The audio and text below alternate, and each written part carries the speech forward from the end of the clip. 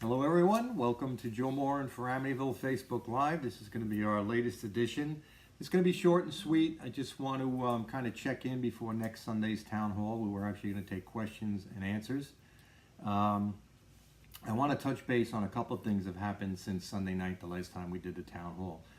I received a phone call on Monday from someone who was challenging what I'm putting on Facebook, telling me that everything I put on Facebook was a lie. So I asked, tell me what it is, explain it, and unfortunately there were no explanations. And it basically came down to, I was called a liar for claiming that I was independent. Now let me explain that, because it was a little ridiculous. The conversation got a little bit crazy.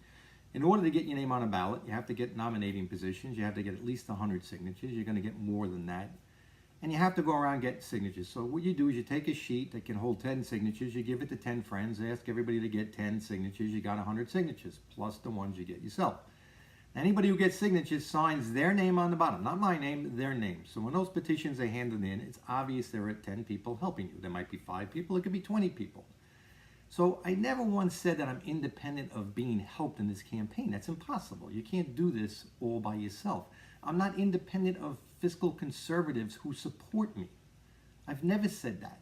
So if you want to attack me and say I'm not independent because Jessica or Nick or this one or that one, is supporting me, that's not what we're talking about, independence. So to give me a list of all the people that are helping me is insane. I'm not independent. What I'm independent is of all the village politics that hurt the residents.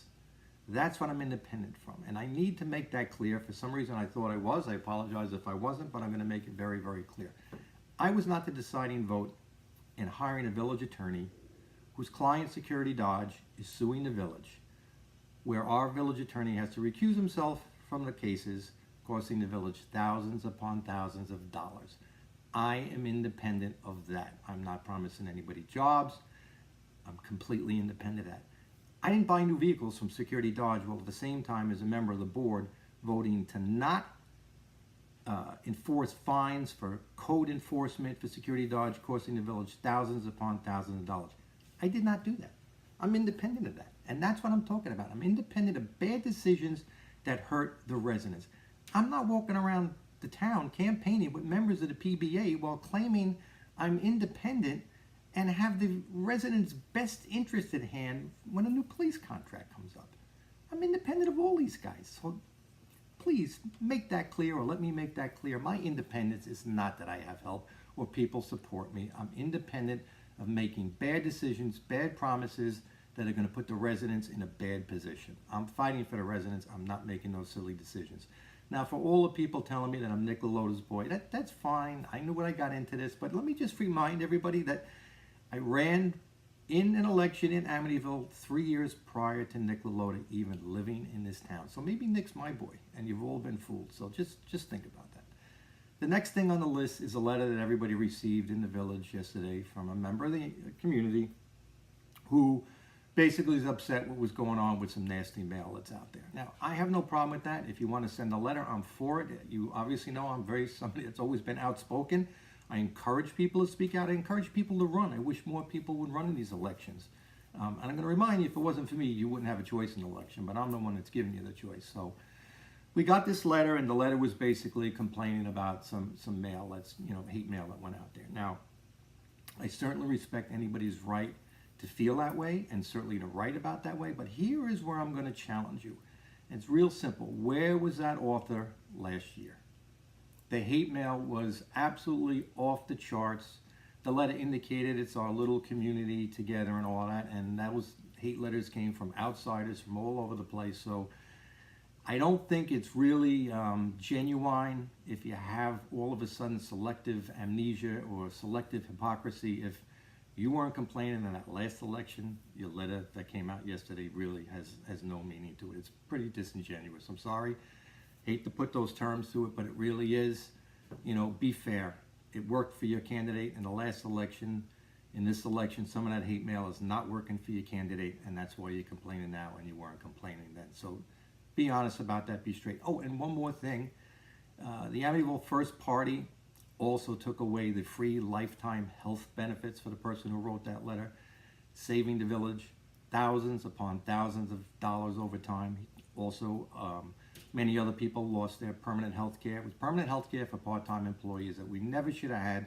It's taken away from a lot of people, so that wasn't mentioned in the letter. We need to get that out there so people know exactly what the intent of that letter was for. So it's a little ridiculous, but be fair, and it's not fair. So we can all agree or disagree whether you like mail, you don't like mail, but nobody stopped it in the past. So I came home from work yesterday, and I got a great message on my answer machine. Now, the message was actually on my business answer machine. I have a separate line for my painting business. It's strictly hooked up for someone who has my business number, and they can leave a message. And the message was from a so-called business owner in Amityville telling me never to come back to their business again because the police now hate him, and I can't put any of my signs on his property.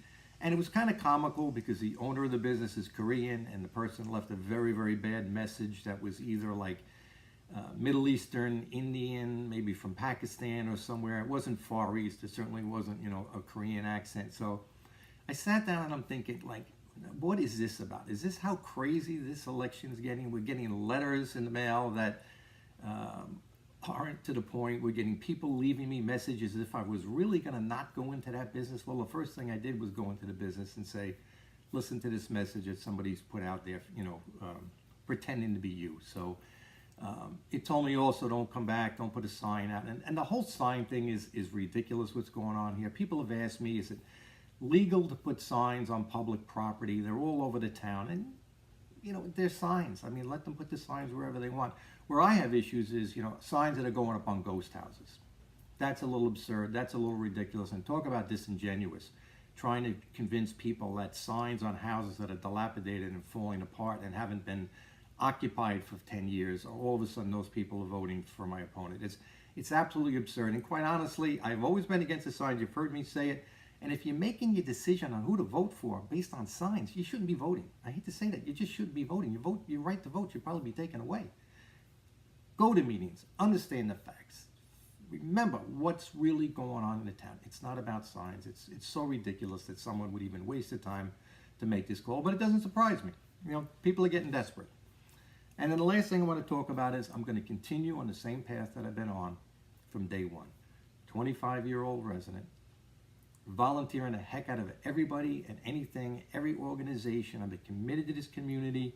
I've been speaking out. I've been running. I've been campaigning for a long time. Everything I said was true. Everything I predicted that would come true did come true. Nothing's changed as far as I'm concerned. I'm still out there. I'm the best candidate. I'm the one that's independent. And I'm going to ask everybody, does anybody think that the current board functions well? I don't think anybody. Even my opponent's side is going to tell you it doesn't function well.